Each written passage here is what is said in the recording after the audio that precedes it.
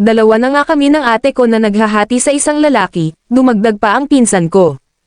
Hanggang sa, isang lalaki lang ang aming minahal, imbis na pag-awayan, pinagsaluhan na lang namin, at walang lamangan. Si Gardo ang lalaking minahal ko, at ako rin ang una niyang naging kabiyak, isa rin siya sa aking kababata dito sa aming probinsya. Hindi ko alam kung anong meron kay Gardo, dahil madali niya akong napaibig, at hindi lang iyon nagsama kami agad. Nagpatayo si Gardo ng bahay malapit sa bukid nila, at doon kami nagsimulang bumuo ng pamilya. Isang magsasakal lamang si Gardo, ang kinagandahan ay kanila ang lupa. Naging maayos ang aming pagsasama, hanggang sa nagkaroon na kami ng 2 anak. Ang ate ko ay palagi na rin nabisita sa amin, minsan dito na rin siya nakikitulog.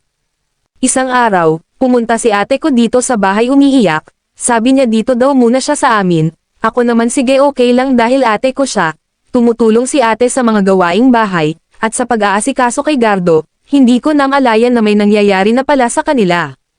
Nalaman ko na lang isang araw na buntis ang ate ko, at ang asawa ko ang ama, nagalit ako, at nag-away kami ng ate ko, pero nagalit sa akin ang asawa ko, parehas daw niya kaming mahal, kaysa mag-away, maghati na lang daw kami sa oras niya, at yung hindi kayang gawin ang gusto niya, malayang makakaalis sa bahay niya. Kaya wala akong nagawa, pero isa lang pakiusap ko, ibukod niya ng kwarto, kaya sa tabi ng bahay namin ay nagpagawa siya ulit ng isang maliit na bahay doon, para kay ate, at nagsimula doon ang aming paghahati sa oras at araw, 3 araw sa akin, ganun din kay ate, at ang linggo pahinga ni Gardo. Hindi na kami nag-away pa ni ate, bagkus nagkasando at naging magkakalaro ang aming mga anak, iyon nga lamang, laman kami lagi ng pahayagan sa aming lugar, pero hindi namin iyon iniintindi, dahil wala naman pinakasalan sa amin si Gardo. Isang araw pa, nagulat kami ni ate nang dinala niya ang pinsan ko sa bahay, ang masakit pa bunso at si Gardo ang ama. Sa pagkakataong ito, parang bato na ang aking puso, nawalan na ako ng pakiramdam, iniisip ko lang kasi palagi ang 2 kong anak. Hindi ako umimik, wala akong sinabi, kabaligtaran kay ate, halos nagwala ito, hindi niya matanggap, pero dahil 2 na rin ang anak niya ay wala siyang nagawa. Ginawan niya rin ng kwarto ang pinsan ko, dahil doon naging kahati pa namin siya sa oras at araw, kaya bawat isa sa amin ay may 2 araw kay Gardo. Habang lumilipas ang panahon, napapansin ko na mas agresibo si Gardo, dahil nagkaanak siya ng 4 sa ate ko, 5 sa pinsan ko, pero sa akin 2 pa rin, hindi na ito nadagdagan pa, hindi ko rin alam kung bakit. Naging mas mahirap ang buhay naming lahat, sa dami namin, isa lang ang nagtatrabaho, malalaki na ang 2 kong anak, at naisasama na siya ng aking asawa sa pagsasaka, pero hindi sila nakapag-aral ng sapat. Isang araw niyaya ko ang aking mga anak, sinabi ko na aalis na kami sa lugar ng papa nila, agad naman itong nag-oo. Dahil sa kahihiyan, dahil nga malalaki na sila, at marami ng mga naglakihang pamilya sa amin, kaya mas dumami ang mga usap-usapan.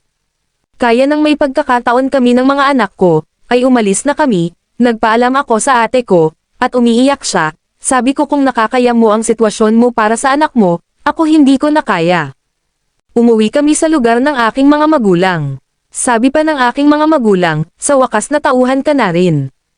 At doon ay nagsimula kami ng aking mga anak, pinabalik ko sila sa pag-aaral, at ako ay nagtrabaho.